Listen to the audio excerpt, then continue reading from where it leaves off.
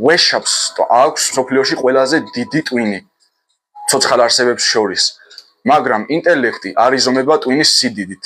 მასე რომ იზომებოდეს, მაშინ ვეშაპი იქნებოდა ყველაზე ჭკვიანი არსება სამყაროში. ინტელექტი და გონიერება იცით რით იზომება?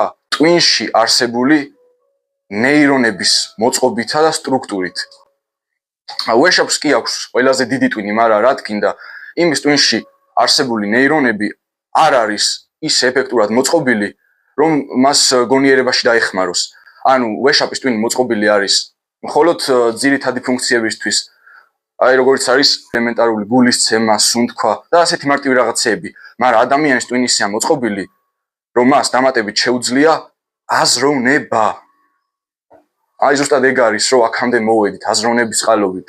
აი ჯერ კიდევ ქვის ხანაში ადამიანებმა საკუთარი ჭკუით შეძლეს რომ შეექმნათ ხის, უბრალოდ